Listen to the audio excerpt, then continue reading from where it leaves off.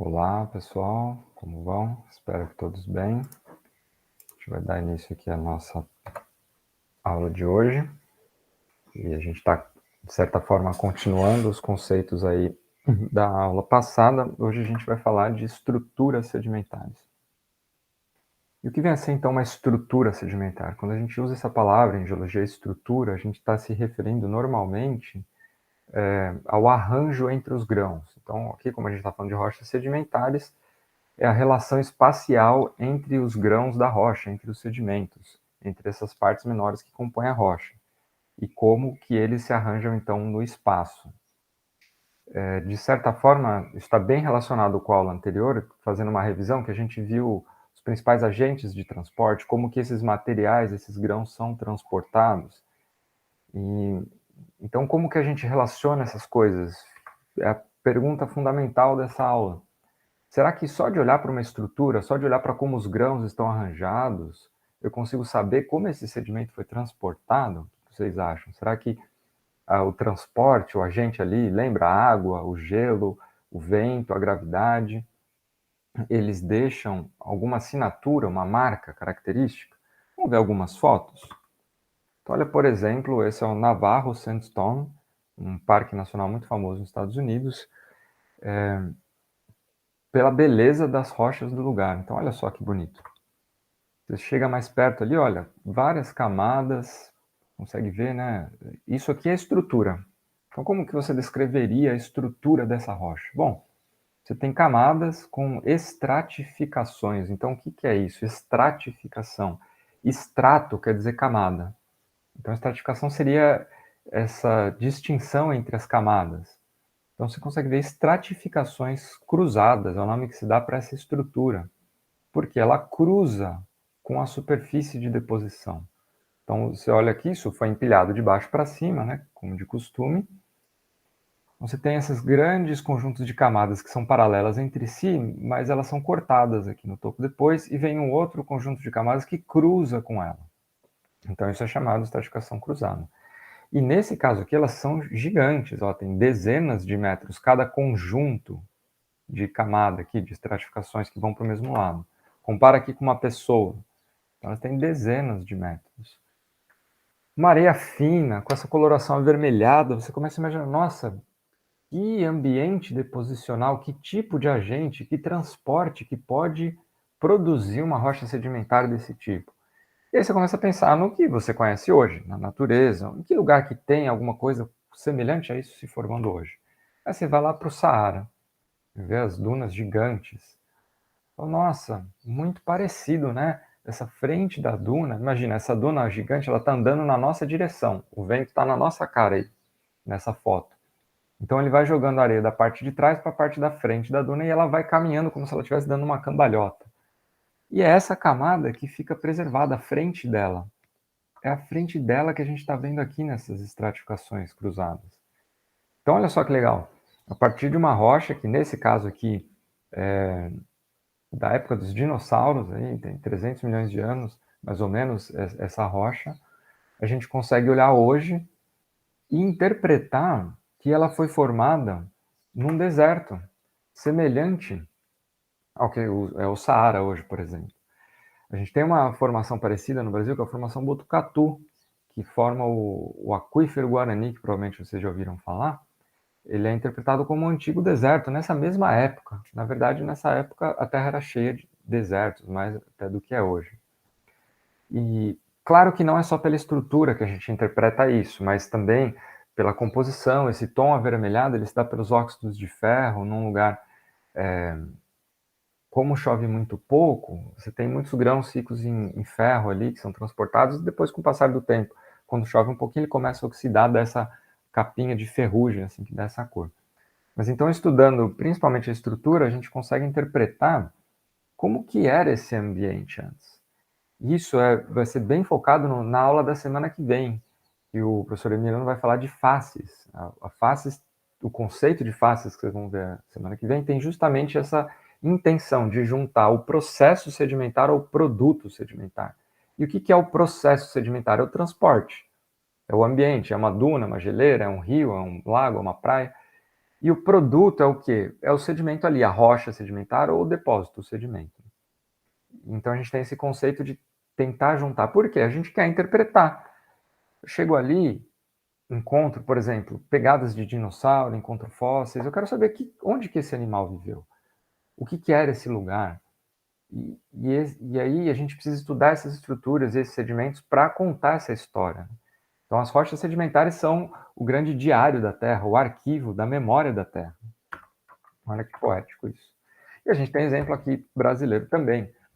Esse aqui a gente ia visitar no campo, mas por conta da pandemia a gente não vai lá em Laguna, em Santa Catarina. Essa foto aqui é de 2019, brincadeira, essa foto é de 92, eu peguei emprestado aqui no Janine.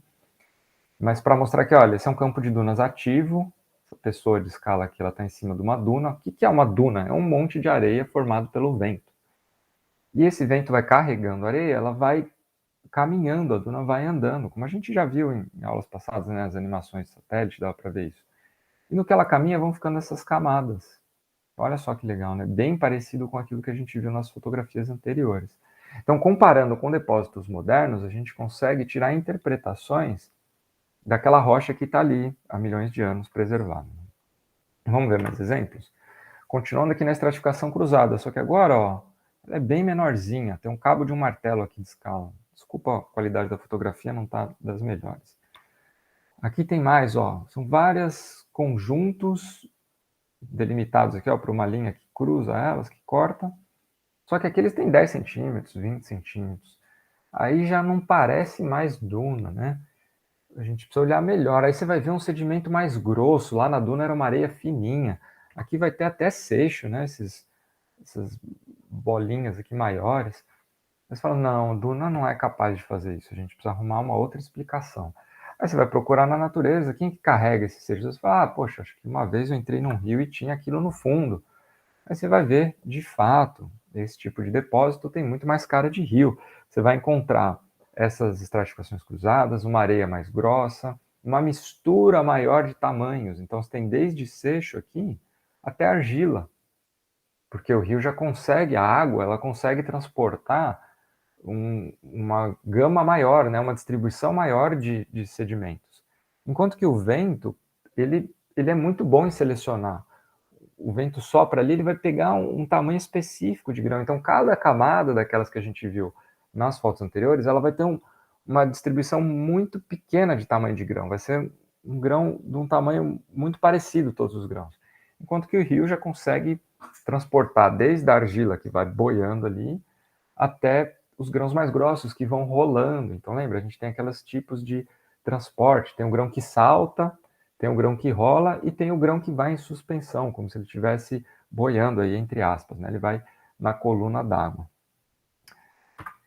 Então, mais um exemplo, né? A gente viu que é possível, a partir do sedimento, interpretar, olha, ali foi um rio. Outro exemplo, um outro tipo de depósito. A gente olha aqui umas camadas paralelas, agora não são mais estratificações cruzadas, são plano-paralelas. Lembra da criatividade do geólogo? Então a camada é plana e paralela. Então a gente vai chamar de estrutura plano-paralela. Então até agora a gente viu estrutura cruzada e estrutura plano-paralela. Com essas linhas escuras aqui, pretas, aí você fala, nossa, onde que isso acontece na natureza? Você vai numa praia que tem esses minerais que são chamados minerais pesados, você colocar um ímã aqui, o ímã vai ficar cheio de coisinha grudada, tem vários minerais magnéticos aí. E aí você corta essa praia, tá aqui, né? A gente tá na beira da praia, você vai ver essas camadas plano paralelas que, olha, acompanham a superfície da praia. Então, olha, a praia tá aqui bem plana, essa é a praia de Boiçucanga, litoral norte de São Paulo, e tem a parte que está virada para o mar aqui, que ela é mais inclinada. Então, olha as camadas aqui como acompanham a superfície. Então, olha só que interessante, né? Mais um conceito. Muitas estruturas, elas representam antigas superfícies. O que é isso? O que eu estou chamando de superfície deposicional? Esse lugar onde você pisa a hora que você vem aqui na praia. Então, na medida que o sedimento vai acumulando, então você pode olhar, ó, pega essa camada aqui que eu estou marcando com a bolinha vermelha, foi uma antiga superfície da praia. Se você viesse aqui, sei lá, ano passado, ano retrasado, você ia pisar nessa camada aqui.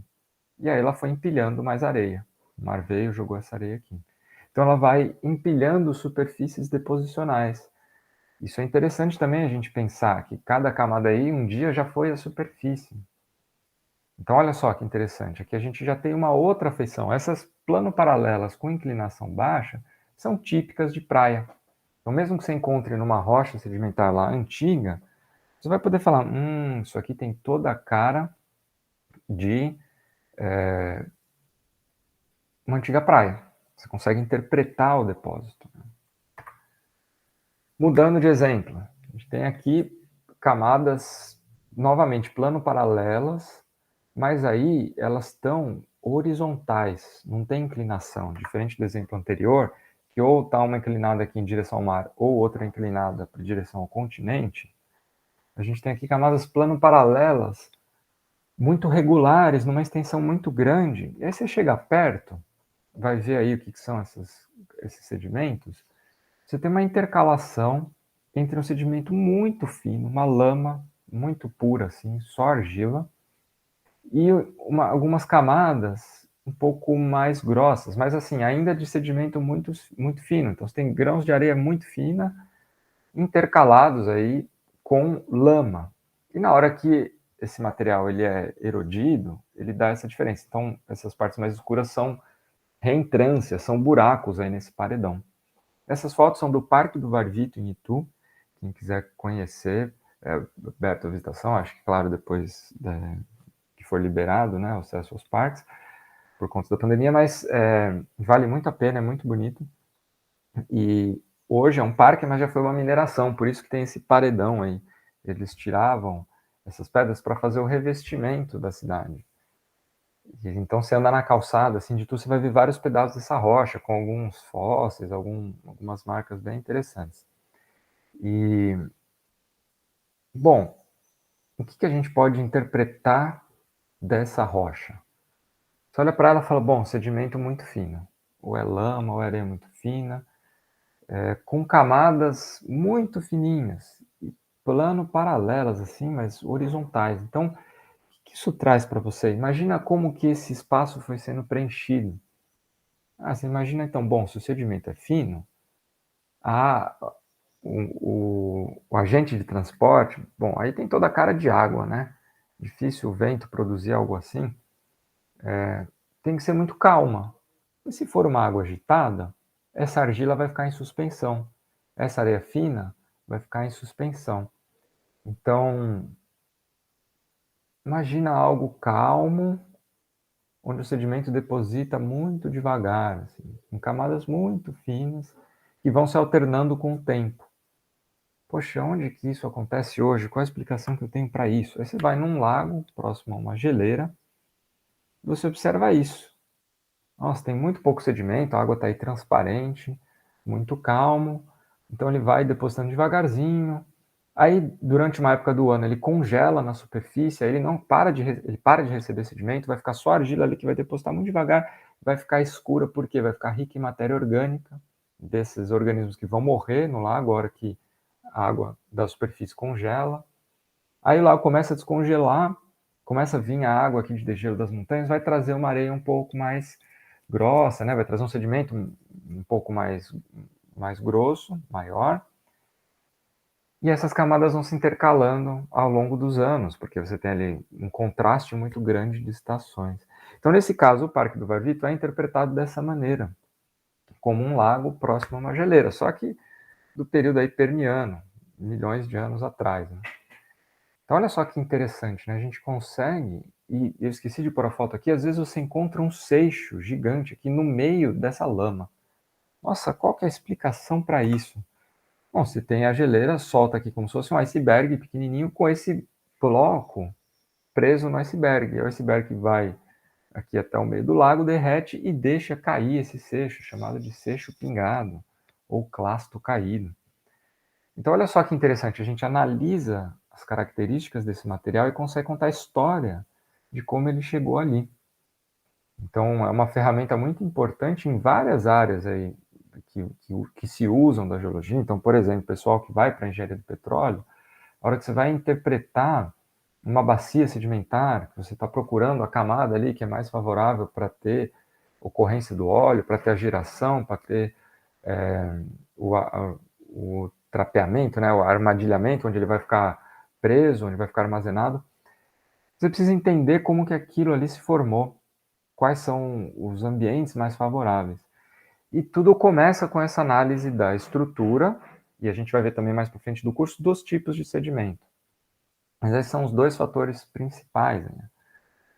Aí dentro da estrutura você pode pensar também nos fósseis, a gente vai ver isso mais para frente no curso, né? Mas então tá, já vimos que a gente pode, a partir da estrutura, inferir o agente de transporte, o ambiente deposicional. Mas então, será que as estruturas dependem só da deposição? A gente vai ver que não é tão simples, nunca é tão simples, né? Então a gente tem aqui uma grande classificação nessa tabela do tipo de estrutura sedimentar. Então vamos decifrar o que essa tabela quer dizer. A gente começa vendo que existe uma grande subdivisão, que está aqui, ó, nessa célula aqui que separa em dois grandes blocos. A gente não vai chegar hoje aqui nas palavrinhas em verde, a gente vai ficar no vermelho e no azul, mas a grande divisão dos tipos de estrutura que a gente encontra nos sedimentos, nas rochas sedimentares, a primeira grande divisão vai ser com base na interface deposicional. O que é isso? É aquilo que eu chamei de superfície deposicional, ou seja, é onde você pisa, se você for ali na praia, na duna, no rio. Então, estruturas que são geradas acima dessa superfície ou na superfície, estruturas que são geradas da superfície para baixo. Então, a gente vai ver aqui o restante da aula, um pouco como que a gente chega nessas estruturas e como que a gente classifica elas. Então, depois dessa grande divisão, a gente tem aqui na célula da esquerda, ó, começam as palavras estranhas, né? Estruturas singenéticas. Então, genética vem de gênese, da formação, e sim quer dizer durante, enquanto estava se formando aquela camada, enquanto estava se formando aquela estrutura que a gente está vendo ali. Então, ela pode ser, isso quer dizer o quê? Que está se formando acima da superfície deposicional. E ela pode ser sim deposicional, ou seja, ela pode ser formada no processo da deposição, ou ela pode ser formada logo após a deposição, mas na superfície. A gente vai ver exemplos disso. Então, depois a gente vai ver aqui a parte de baixo, que são as diagenéticas, ou seja, diagênese é aquele processo, esse nome estranho aí, é o nome que se dá ao processo de transformação do sedimento em rocha sedimentar. Então, são coisas um pouco depois da deposição, né? Você precisa de um empilhamento, aumento de pressão, temperatura, precisa de vários processos aí para transformar o sedimento em rocha.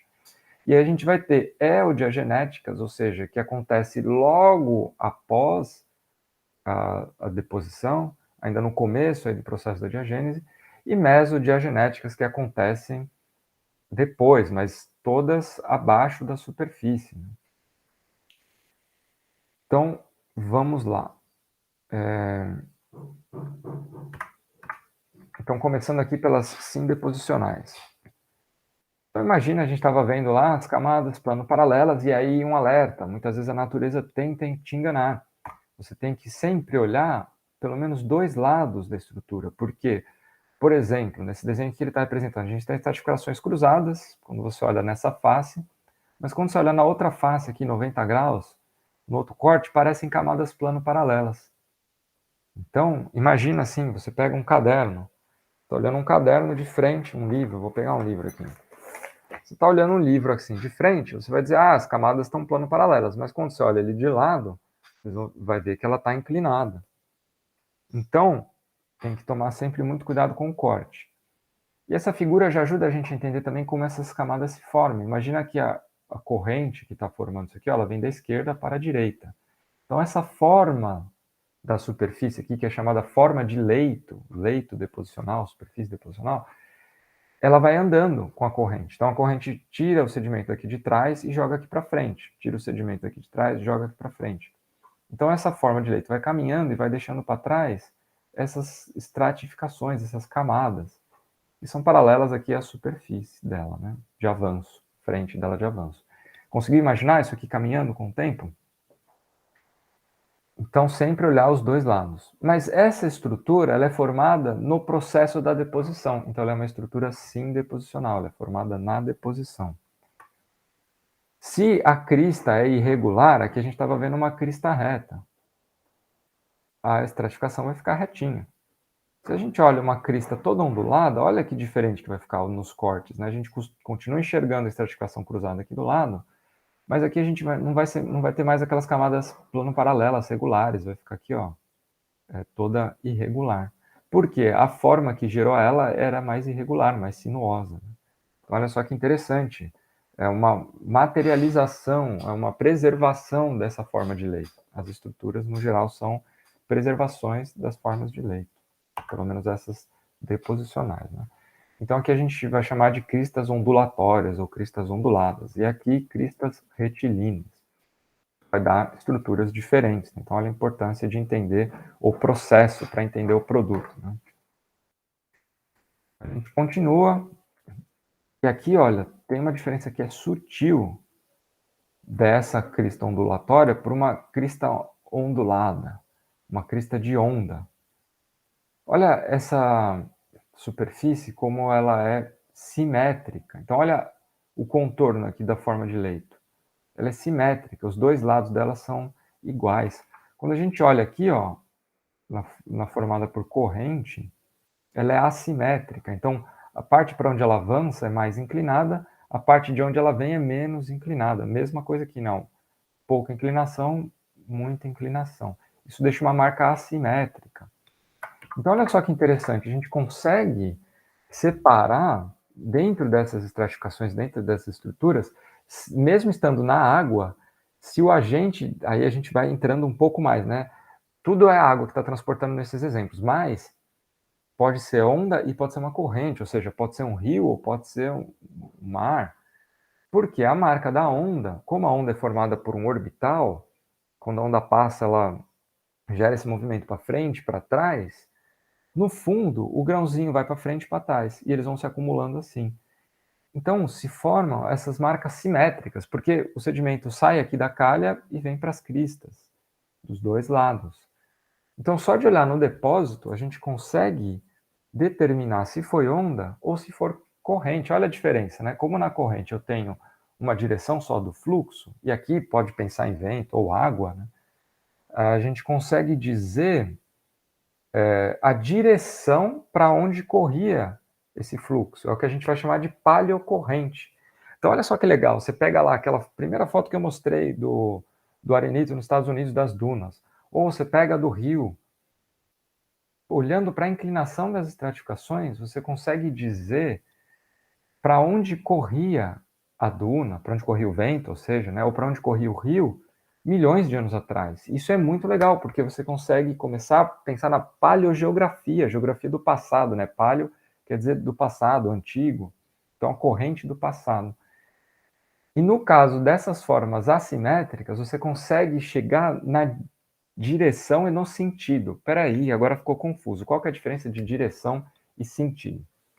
Para quem já andou de metrô, fica fácil de explicar. Por exemplo, quando você pensa no metrô de São Paulo, linha azul, qual que é a direção? Norte-sul. Então, a direção dá esse eixo, a linha azul. Mas você está indo para o Jabaquara ou você está indo para o Tucuruvi? Isso dá o sentido. Então, você fala assim, eu estou na linha azul, a pessoa já sabe que você ou está indo para um lado ou está indo para o outro. Mas, quando você fala o sentido, é para qual estação você está indo. Então, as marcas assimétricas, elas permitem te dizer o sentido. As marcas de onda te permitem dizer a direção. Então, você sabe, por exemplo, que o mar profundo ou está para a esquerda ou está para a direita aqui. Ele não pode estar entrando ou saindo da tela, porque a onda anda do mar profundo para o mar raso. Só que ela não te permite dizer de que lado vinha essa onda. Então, ela é direcional. Já essa daqui, ela te dá um sentido. Ela é direcional também, porque se você tem um sentido, você tem a direção, né? Mas ela te dá o sentido, a flecha apontando. Então, olha só que legal. Além de saber o tipo de agente de transporte, o tipo de ambiente deposicional, a gente consegue saber para onde estava indo a corrente, seja da duna, ou seja do vento, ou da água num rio, por exemplo, né? Então, por isso que, se a gente se aprofunda aqui nessa tabela, a gente estava falando desse primeiro quadro, das deposicionais, a gente pode falar das direcionais, tem as estruturas não direcionais também, por exemplo, as camadas plano-paralelas, elas não te dão uma direção do fluxo. Nas direcionais, que foram essas últimas que a gente viu, né, por exemplo, da onda ou da corrente, elas podem ser azimutais, ou seja, elas dão o sentido, e não azimutais, que só dá a direção. Então, olha que interessante, a gente vai se aprofundando no entendimento dessas estruturas. Vamos falar das pene contemporâneas agora, que seria, então, a gente ainda está falando dessas que acontecem na superfície, mas que nesse caso são depois da deposição. Então, por exemplo, a bioturbação. O sedimento é depositado, aí vai ter ali animais caminhando na superfície, vai ter animais que saem da superfície, por exemplo, que esses moluscos que entram, vai ter diversos tipos de animais aí que vão viver nesse sedimento por cima, dentro e sobre, né, em cima. E vão construir suas tocas, e tudo isso vai virar uma estrutura. Você consegue reconhecer isso no registro.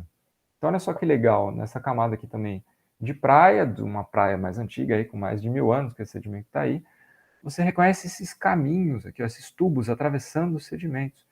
Isso aqui está com muita cara de um tubo de concha, de um molusco aí que foi cavando, e no que ele vai cavando, ele vai jogando o sedimento para cima. Então, essa parte escura é esse sedimento que estava aqui, essa parte clara é o sedimento que estava aqui, essa parte escura é o sedimento que estava aqui, porque ele vai cavando e jogando para cima, né? Então, provavelmente ele saiu da superfície e começou a cavar sua toca. Então, isso também te ajuda a contar uma história. Quem que vivia ali naquele sedimento? Te ajuda a explicar aqui o ambiente deposicional que está ali. É uma estrutura formada ali a partir da superfície, então ela vai ser sim deposicional, vai ser sim genética, né? Ela está se formando ali no processo da deposição, mas ela não é no momento da deposição, ela é um pouco depois, por isso que ela vai ser chamada pene contemporânea, ela é quase contemporânea. Está aqui um exemplo com a concha, e está aqui o caminho que ela fez. Elas fazem esses tubos, algumas espécies, para se alimentar, então ela fica filtrando a água por esses buracos aqui, pegando matéria orgânica aí para se alimentar. Então isso deixa um registro também, vai deixar uma estrutura. E além dessas bioturbações, a gente pode ter marcas erosivas. Então está aqui essa superfície numa praia.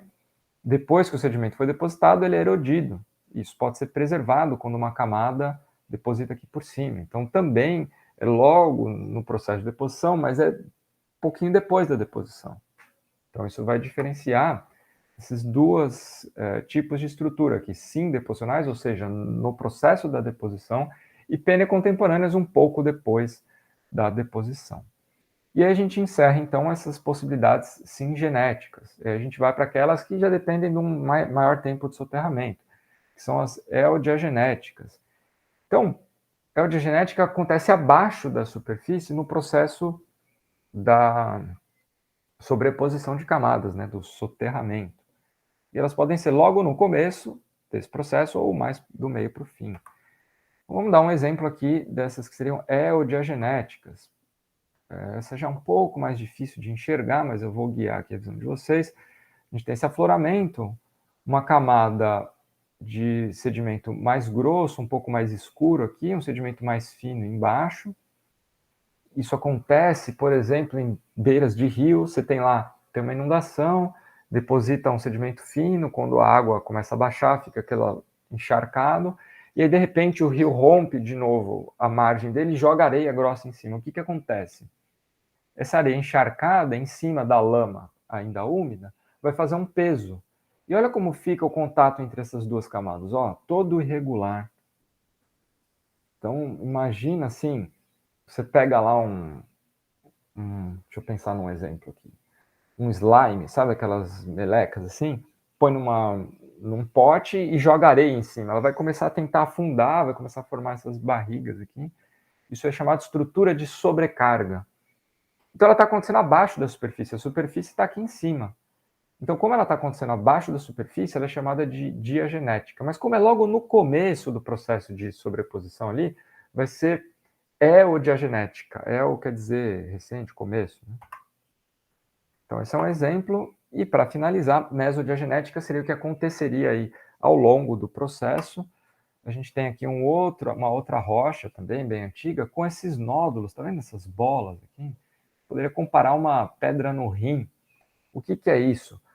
No processo da diogênese sempre tem água. A água vai percolando, vai dissolvendo alguns minerais e vai reprecipitando, vai formando essas coisas aí que são chamadas de concreções. O que é isso? O sedimento é poroso e começa a depositar, precipitar material ali no meio. E vai formando esses nódulos. Você consegue arrancar uma bolinha dessas ali, ela vai ser bem mais dura do que o entorno. Isso já é uma estrutura também, mas ela é formada muito depois da deposição. Então seria essa estrutura diagenética.